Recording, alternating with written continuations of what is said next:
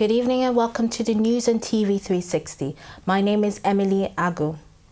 The Nigerian Senate has condemned Wednesday's bomb explosion at the Ima Plaza in Abuja, which left about 21 persons killed. Senate President David Mark, in a statement by his Chief Press Secretary Paul Mume, wondered why the insurgency had continued in the country in spite of peaceful appeals.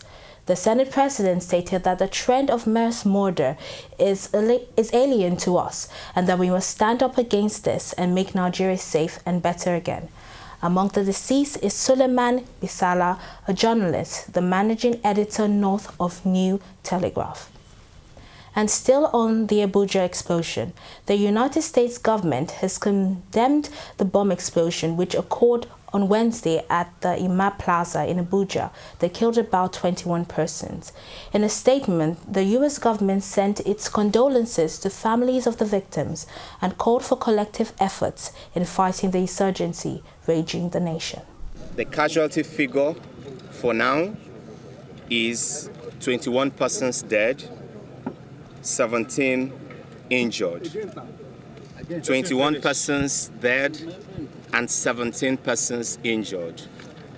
If there is any change later on, we will gladly inform you. There are also 17 vehicles that were burned in the incident. It is also heartwarming to know that an arrest has been made and security agencies will be following up with that arrest. That was police spokesperson Frank Ba giving a situation report shortly after the explosion occurred. The police command in Lagos has debunked news making the rounds of an explosion at Apapa in Lagos, killing 4 persons. The reports that a car laden with explosives went off at Folawiyo fuel depot at about 8:30 p.m., leaving 4 buildings, including 2 banks, destroyed. State police spokesperson Ngozi Braid has dismissed the reports as false, saying the explosion was caused by a tanker conveying petrol. A high court sitting in Yola, the Adamawa state capital, has barred the State House of Assembly from serving impeachment notice on Governor Murtala Nyako and his deputy Bala Ingilari.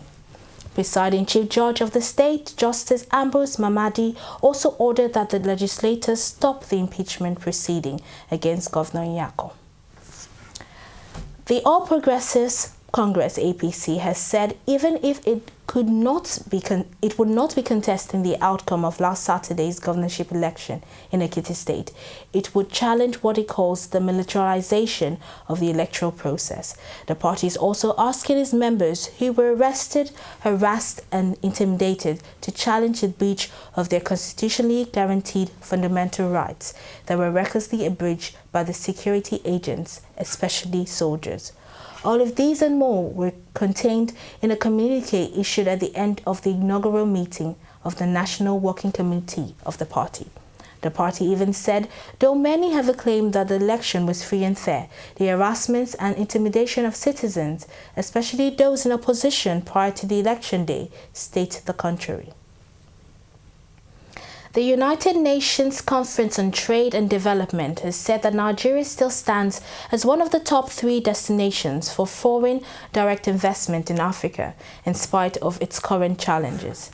The disclosure comes in correlation with the approval of the United Nations Industrial Development Organization in Vienna, following the establishment of the Investment and Technology Promotion Office in Nigeria. And now to foreign stories. Drastic action is needed to contain the spread of the deadly Ebola virus in West Africa, according to the World Health Organization.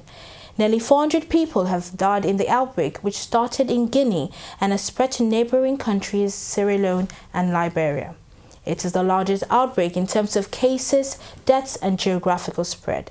The WHO said it was gravely concerned and there was potential for further international spread. The Australian government has said that the missing Malaysian plane may have been on autopilot with an unresponsive crew when it crashed. Deputy Prime Minister Warren Truss said the plane may have been on autopilot throughout its journey over the Indian Ocean until it ran out of fuel. Meanwhile, the Australian authorities also announced a new search area for the missing Malaysian plane. The Iraqi Prime Minister Nouri al-Maliki said on Thursday that he welcomed a Syrian airstrike on Sunni militant positions as he left both countries winners. The Syrian warplane struck near the border crossing in the town of Qem on Tuesday, hitting the Islamic State in Iraq. And now to sports. Ghana's World Cup campaign took a huge blow on Thursday after midfielders Suli Montari and Kevin Prince Boateng were handed indefinite suspensions by the country's Football Association and ordered to leave the World Cup camp. The suspension comes a day after a pay dispute over appearance fees was resolved following the intervention of the country's president, John Mahama. The GFA announced the suspension of the pair in separate statements on their website. Uruguay striker Luis Suarez has been banned for 4 months and 9 matches after being found guilty of biting Italian defender Giorgio Chiellini during Tuesday's World Cup match between the two sides. Suarez is also to pay a fine of $100,000. The ban on Suarez is with immediate effect, so he will be missing Uruguay's last 16 tie with Colombia. The ban means that Suarez will not step on the football pitch till the 1st of November when Liverpool play Newcastle United in the Premier League. Meanwhile, Suarez has also been banned from entering any football stadium. And that's it on the news tonight. Thank you for joining us. My name is Emily Agu. Do have yourself a good evening. Goodbye.